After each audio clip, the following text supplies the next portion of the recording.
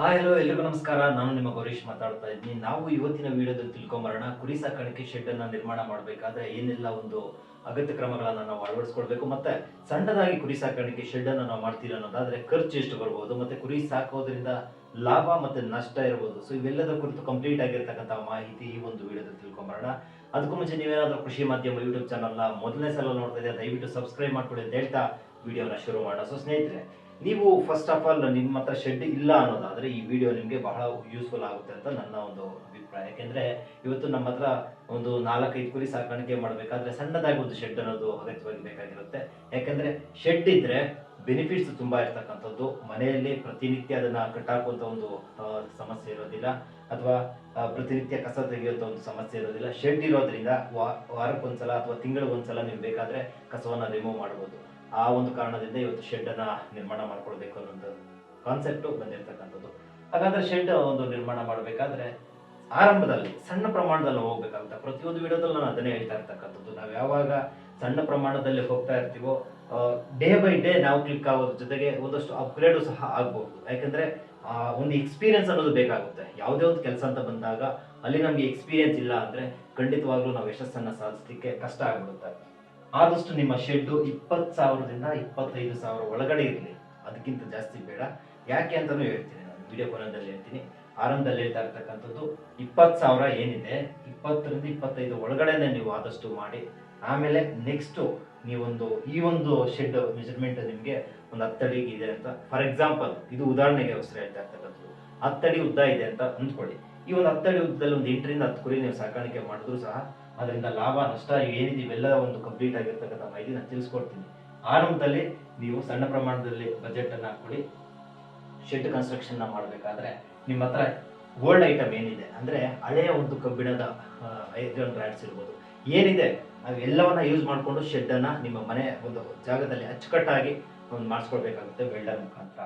So ಅಳತೆ ಮಾಪನ ಸಹ ಬಹಳ ಇಂಪಾರ್ಟೆಂಟ್ ಆಗಿರ್ತಕ್ಕಂಥದ್ದು. ಸೊ ಒಂದು ಉದ್ದ ಇರ್ಬೋದು, ಅಗಲ ಇರ್ಬೋದು, ಮತ್ತೆ ಶೆಡ್ ಮಾಡಿಸಿದ್ಮೇಲೆ ಬೇಜಾರು ಮಾಡ್ಕೊಳ್ಬಾರ್ದು. ಸೊ ಆ ರೀತಿ ಮಾಡಬೇಕಾಯ್ತು, ಈ ರೀತಿ ಮಾಡಬೇಕಾಯ್ತು, ಅವನು 10 ಲಕ್ಷದಲ್ಲಿ ಮಾಡಿದ್ದಾನೆ, 20 ಲಕ್ಷದಲ್ಲಿ ಮಾಡಿದ್ದಾನೆ, ಆ ರೀತಿ ಒಂದು ಮನೋಭಾವನೆ ಬೇಡ.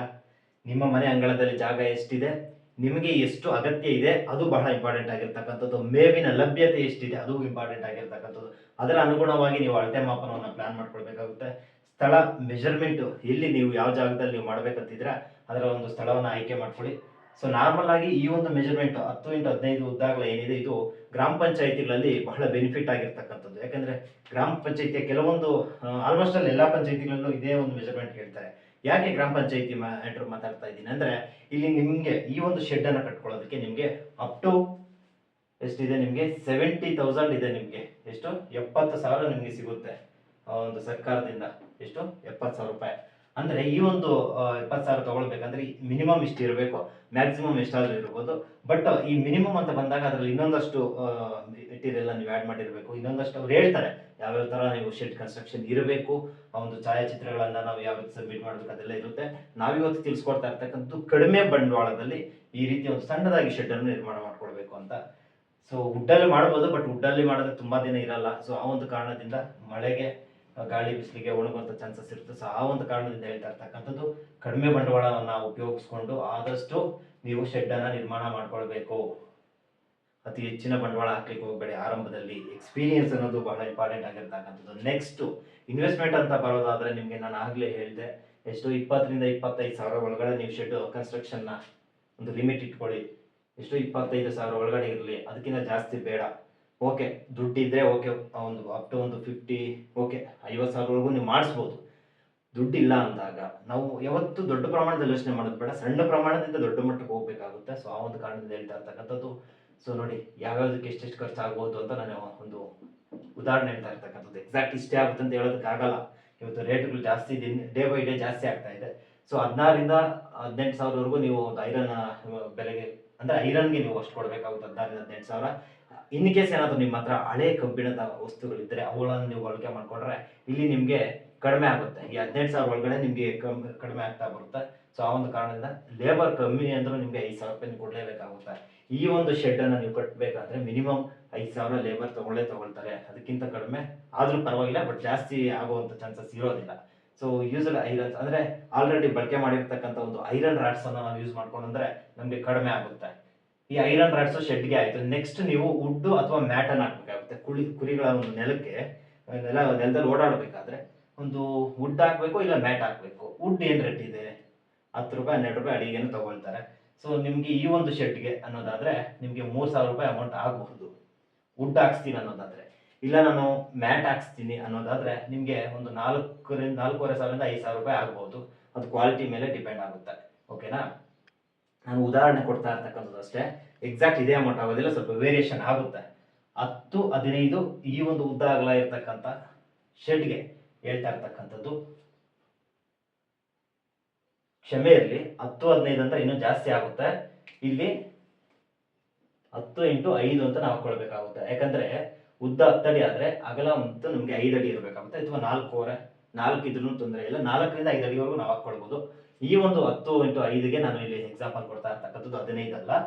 ಸೊ ಇಲ್ಲಿ 3,000 ರಿಂದ 4,500 ರೂಪಾಯಿ ನಿಮ್ಗೆ ಇಲ್ಲಿ ವುಡ್ ಅಥವಾ ಮ್ಯಾಟ್ಗೆ ಬೇಕಾಗಿರ್ತಕ್ಕಂಥದ್ದು. ಶೀಟ್ ಅನ್ನ, ಹಳೆ ಶೀಟ್ ಇದೆ, ನೀವು ಹಳೆ ಶೀಟ್ ಹಾಕ್ಸ್ಕೋಬಹುದು. ಇಲ್ಲ ಆಲ್ರೆಡಿ ನಿಮ್ಮ ಶೀಟ್ ಮನೆ ಮುಂದೆ ಏನೋ ಶೀಟ್ಸ್ ಹಾಕಿದ್ರೆ ಅದು ಕೆಳಗಡೆ ಬೇಕಾದ್ರೆ ನೀವು ಮಾಡಿಸ್ಕೊಳ್ಬಹುದು, ತೊಂದರೆ ಏನಿಲ್ಲ. ಆ ಒಂದು ಶೀಟ್ ಕೆಳಗಡೆ ನೀವು ಮಾಡಿಸ್ಕೊಳ್ಬಹುದು. ಎಕ್ಸೆಟ್ರಾ ಅಂದ್ರೂ ಒಂದು 5,000 ರೂಪಾಯಿ ಎಕ್ಸ್ಟ್ರಾ ಖರ್ಚು ಆಗುವಂತ ಚಾನ್ಸಸ್ ಇರುತ್ತೆ. ನೆಕ್ಸ್ಟ್ ನಿಮ್ಗೆ ಬೇಕಾಗಿರ್ತಕ್ಕಂಥದ್ದು ಶೆಡ್ ಕನ್ಸ್ಟ್ರಕ್ಷನ್ ಎಲ್ಲ ಆದ್ಮೇಲೆ ಶೀಪ್ಸ್ ಮತ್ತೆ ಗೋಡ್ಸು. ಕುರಿ ಸಾಕ್ತೀರಾ ಇಲ್ಲ ಮೇಕೆ ಸಾಕ್ತೀರಾ, ಆಯ್ಕೆ ನಿಮ್ಮದು. ಸೊ ಆರಂಭದಲ್ಲಿ ಸಣ್ಣ ಪ್ರಮಾಣದಲ್ಲಿ ನೀವು ಮಾಡೋದಾದ್ರೆ ಕುರಿ ಸಾಕಾಣಿಕೆ ಮಾಡಿ, ಆಮೇಲೆ ನಿಮ್ಗೆ ಬೇಕಾಗಿರ್ತಕ್ಕಂಥ ತಳಿಗಳನ್ನ ನೀವು ಆಯ್ಕೆ ಮಾಡ್ಕೊಳ್ತಾ ಹೋಗ್ಬೋದು. ಅದು ನೆಕ್ಸ್ಟ್ ನಿಮ್ಗೆ ಬಿಟ್ಟಿರ್ತಾರೆ. ಇದು ಪ್ರಾಫಿಟ್ ವಿಚಾರಕ್ಕೆ ಬರೋದಾದ್ರೆ 10 ರಿಂದ 12 ಕುರಿಯನ್ನು ನಾವು ಸಾಕಾಣಿಕೆ ಮಾಡಬೇಕಾಗುತ್ತೆ. ಸೊ ಈ ಒಂದು ಶೆಡ್ ಅಲ್ಲಿ ಅಷ್ಟೇ ಆಗೋದು. 10 × 15ರಲ್ಲಿ 10 ಕುರಿ ಇಲ್ಲ 12 ಕುರಿ ಸಾಕಾಣಿಕೆ ಮಾಡಬಹುದು, ಅಷ್ಟೇ ಆಗೋದು. ಇನ್ನು ಮೇಕೆ ಅಂತ ಬರೋದಾದ್ರೆ ಮೇಕೆ ಸ್ವಲ್ಪ ಲಾಂಗ್ ಲೆಂತ್ ಇರೋದ್ರಿಂದ ನಿಮ್ಗೆ 8 ರಿಂದ 10 ಮೇಕೆಗಳನ್ನ ಮಾತ್ರ ನೀವು ಸಾಕಬೇಕಾಗುತ್ತೆ. ಇನ್ನು ಈ ಒಂದು ನೀವು ಯಾವುದೇ ಒಂದು ಮೇಕೆ ಅಥವಾ ಕುರಿ ಸಾಕಾಣಿಕೆ ಮಾಡೋದ್ರಿಂದ 3 ರಿಂದ 6 ತಿಂಗಳ ಒಳಗಡೆ ನೀವು ಸೇಲ್ ಮಾಡ್ಕೊಂಡ್ಬಿಡಿ. ತುಂಬಾ ಹೆವಿ ವರ್ಷಗಳ ಸಾಕೊಂಡಿರೋದಕ್ಕೆ ಹೋಗ್ಬೇಡಿ. 3 to 6 ಮಂತ್ ಒಂದಷ್ಟು ಪ್ರಾಫಿಟ್ ಬರುತ್ತೆ. ಸೊ ಆ ಟೈಮಲ್ಲಿ ಮಾಡ್ಕೊಂಡು ನೆಕ್ಸ್ಟ್ ಎಕ್ಸ್ಚೇಂಜ್ ಮಾಡ್ಕೊಳ್ತಾ ಹೋಗ್ಬೇಕಾಗುತ್ತೆ. ಅದು ಎಲ್ಲ ತಳಿಗಳು ಅಲ್ಲ, ಕೆಲವೊಂದು ತಳಿಗಳಂತ ಬಂದಾಗ ಅದನ್ನು ನಾನು ಇಲ್ಲಿ ಹೇಳ್ತಾ ಇದ್ದೀನಿ. ಇನ್ನು ನೆಕ್ಸ್ಟ್ ನಿಮಗೆ ಶೆಡ್ಗೆ ಸಂಬಂಧಪಟ್ಟಂತ ಸಬ್ಸಿಡಿ ಅಂತ ನಾನು ಏನು ಹೇಳಿದೆ ನಿಮ್ಗೆ, ಇದು ಗ್ರಾಮ ಪಂಚಾಯತಿಲಿ 70,000 ಅಂದ್ರೆ 70,000 ರೂಪಾಯಿ ನಿಮಗೆ ಸಹಾಯಧನ ಕೊಡ್ತಾ ಇರ್ತಕ್ಕಂಥದ್ದು. ನೀವು ನಿಮ್ಮ ಗ್ರಾಮ ಪಂಚಾಯತಿಲಿ ಪಡ್ಕೋಬೇಕು. ಇಲ್ಲಿ ಒಂದು ಮೇಜರ್ ಇಂಪಾರ್ಟೆಂಟ್ ಆಗಿರ್ತಕ್ಕಂಥದ್ದು, ಈ 70,000 ನೀವು ಪಡ್ಕೊಳ್ಬೇಕಾದ್ರೆ ಈ ಒಂದು ಮೆಜರ್ಮೆಂಟ್ ಇದೆ ಸಾಲಲ್ಲ. ನಾನು ಆಗ್ಲೇ ಹೇಳೋದಲ್ವಾ, 10 × 15 ಈ ಮೆಜರ್ಮೆಂಟ್ ಇರಬೇಕಾಗುತ್ತೆ. ನೀವು ಸಬ್ಸಿಡಿ ತಗೊಳ್ತೀರ ಅನ್ನೋದಾದ್ರೆ ಈ ಮೆಜರ್ಮೆಂಟ್, ಇಲ್ಲ ಸಬ್ಸಿಡಿ ನಮ್ಗೆ ಕಡಿಮೆ ಬಂದರೂ ಪರವಾಗಿಲ್ಲ ಅನ್ನೋದಾದ್ರೆ ನೀವು ಇಷ್ಟರಿಂದ ಇಷ್ಟು ಮಾಡಿಸ್ಕೊಂಡ್ರು ತೊಂದರೆ ಏನಿಲ್ಲ. ಅಥವಾ 10 × 15 ನೀವು ಮಾಡಿಸ್ತೀರ ಅನ್ನೋದಾದ್ರೆ 5 ಅಡಿಗೆ 2 ಪೋರ್ಷನ್ ಮಾಡಿಸ್ಕೊಂಡ್ರೆ ನಿಮ್ಗೆ 2 ಕಡೆ ಮೇವು ತಿನ್ನುವಂತ ವ್ಯವಸ್ಥೆ ಮಾಡ್ಕೊಳ್ಬಹುದು. ಮಧ್ಯೆ ನೀವು ಓಡಾಡ್ಲಿಕ್ಕೆ, ಮೇವು ಹಾಕ್ಲಿಕ್ಕೆ ಸ್ಪೇಸ್ ಅನ್ನ ಬಿಡಬೇಕಾಗುತ್ತೆ. ಓಕೆನಾ? ಇಷ್ಟು ಅಮೌಂಟ್ ನಿಮ್ದು ಬರಬೇಕಾದ್ರೆ ನೀವು ಮಿನಿಮಮ್ ಇಷ್ಟು ಇರಲೇಬೇಕಾಗುತ್ತೆ. ಇದು ಕೆಲವು ಕಡೆ ವೇರಿಯೇಷನ್ ಸಹ ಆಗಿರುತ್ತೆ. ಬಟ್ ಪ್ರತಿಯೊಬ್ಬರಿಗೂ ಕೊಡ್ತಾರೆ, ಅದಂತೂ ಕನ್ಫರ್ಮ್. ಪ್ರತಿಯೊಬ್ಬರು ಸಹ ನಿಮ್ಮ ಗ್ರಾಮ ಪಂಚಾಯತಿಯಲ್ಲಿ ನೀವು ಅರ್ಜಿಗಳನ್ನು ಸಲ್ಕೊಂಡು ಮಾಡ್ಕೊಂಡು ಈ ಒಂದು ಯೋಜನೆಯ ಮುಖಾಂತರ ನೀವು ಬೆನಿಫಿಟ್ ಅನ್ನ ಪಡ್ಕೊಳ್ಬಹುದು. ಈ ಒಂದು ಅಮೌಂಟ್ ಯಾವುದೇ ರೀತಿ ನೀವು ರೀಪೇಮೆಂಟ್ ಮಾಡುವಂತ ಅವಶ್ಯಕತೆ ಇರೋದಿಲ್ಲ. ಮೊತ್ತ ಇದನ್ನ ಸರ್ಕಾರಕ್ಕೆ ಕಟ್ಟುವಂತ ಅವಶ್ಯಕತೆ ಇರೋದಿಲ್ಲ. ಶೆಡ್ ಕನ್ಸ್ಟ್ರಕ್ಷನ್ಗೆ ಸರ್ಕಾರದಿಂದ ಕೊಡ್ತಾ ಇರ್ತಕ್ಕಂಥದ್ದು. ಇದು ಮಧ್ಯಮ ವರ್ಗದ ಒಂದು ಬೆಸ್ಟ್ ಒಂದು ಬಿಸ್ನೆಸ್ ಫಾರ್ಮಿಂಗ್ ಅಂತ ನಾವು ಕರಿತೀವಿ, ಕುರಿ ಸಾಕಾಣಿಕೆ. ಯಾಕಂದ್ರೆ ಇವತ್ತು ಆರ್ಥಿಕವಾಗಿ ಸಾಕಷ್ಟು ಜನ ನೀವು ನೋಡ್ಬೋದು, ಆರ್ಥಿಕವಾಗಿ ಒಂದಷ್ಟು ಫೈನಾನ್ಷಿಯಲ್ ಹೊಡೆತಗಳು ಬೀಳ್ತಾ ಇರ್ತಕ್ಕಂಥದ್ದು ನಮ್ಮ ಹಳ್ಳಿ ಕಡೆ. ಸೊ ಇಂಥ ಸಂದರ್ಭದಲ್ಲಿ ಏನ್ ಮಾಡ್ಬೇಕು, ನಾವು ಒಂದು ಕೃಷಿಯನ್ನ ನಂಬ್ಕೊಂಡು ಜೀವನ ಮಾಡೋದು ತುಂಬಾ ಕಷ್ಟ ಆಗ್ಬಿಡುತ್ತೆ. ಆದರೆ ಈ ಒಂದು ಮಿಶ್ರ ಕೃಷಿ ಅಂತ ನಾವೇನ್ ಕರಿತೀವಿ, ಮಿಶ್ರ ಬೇಸಾಯ ಅಂತ ಏನ್ ಕರಿತೀವಿ, ಅದರ ಜೊತೆಗೆ ಇವತ್ತು ಕುರಿ ಸಾಕಾಣಿಕೆ ಅನ್ನೋದು ಒಂದು ರೀತಿಯ ಒಂದು ಆರ್ಥಿಕ ಒಂದು ಹೊಡೆತಕ್ಕೆ ಒಂದು ಸೆಡ್ಡು ಹೊಡೆಯುವಂತ ಒಂದು ಇದಂತ ಹೇಳ್ಬೋದು ನಾವು. ಸೊ ಆ ಒಂದು ಕಾರಣದಿಂದ ಫೈನಾನ್ಷಿಯಲ್ ಸಪೋರ್ಟ್ ಮಾಡ್ತಕ್ಕಂಥದ್ದು ಇದು. ಸೊ ಆ ಒಂದು ಕಾರಣದಿಂದ ಕುರಿ ಸಾಕಾಣಿಕೆ ಲಾಸ್ ಆಗುವಂತ ಒಂದು ಬಿಸ್ನೆಸ್ ಅಲ್ಲ. ಬಟ್ ಅದನ್ನ ಯಾವ ರೀತಿ ಮಾಡಬೇಕು, ಮತ್ತೆ ಇನ್ವೆಸ್ಟ್ಮೆಂಟ್ ಅನ್ನೋದು ಬಹಳ ಇಂಪಾರ್ಟೆಂಟ್ ಆಗಿರ್ತಕ್ಕಂಥದ್ದು. ನಾವು ಲಕ್ಷಾಂತರ ರೂಪಾಯಿ ಇನ್ವೆಸ್ಟ್ಮೆಂಟ್ ಮಾಡಿಬಿಟ್ಟು ನಮಗೆ ಪ್ರಾಫಿಟೇ ಬರಲಿಲ್ಲ ಅನ್ನೋದು ತಪ್ಪಾಗುತ್ತೆ. ಇನ್ವೆಸ್ಟ್ಮೆಂಟ್ ಆದಷ್ಟು ಕಡಿಮೆ ಇದರಲ್ಲಿರಲಿ, ಕಡಿಮೆ ಬಂಡವಾಳ ಯೂಸ್ ಮಾಡಿಕೊಂಡು ನಾವು ಆರಂಭದಲ್ಲಿ ಎಕ್ಸ್ಪೀರಿಯನ್ಸ್ ಆಗ್ತಾ ಡೇ ಬೈ ಡೇ ನಾವು ಕ್ಲಿಕ್ ಆಗಬೇಕಾಗುತ್ತೆ. ಸೊ ಸ್ನೇಹಿತರೆ, ಪ್ರತಿ ತಿಂಗಳು ಒಂದು ಕುರಿ ಅಂತ ಬಂದಾಗ ಕನಿಷ್ಠ ನಾವು ಒಂದು 1,000 ರೂಪಾಯಿ ಆದ್ರೂ ಸಂಪಾದನೆ ಮಾಡಲೇಬೇಕಾಗುತ್ತೆ. ಅದು ಯಾವ ರೀತಿ ಸಂಪಾದನೆ ಮಾಡಬೇಕು ಅಥವಾ ಯಾವ ರೀತಿ ಸಾಕಾಣಿಕೆ ಮಾಡಬೇಕು ಅನ್ನೋದು ನಮ್ಗೇನು ಗೊತ್ತಿಲ್ಲದೆ ಇರೋ ಒಂದು ವಿಚಾರ ಏನಲ್ಲ.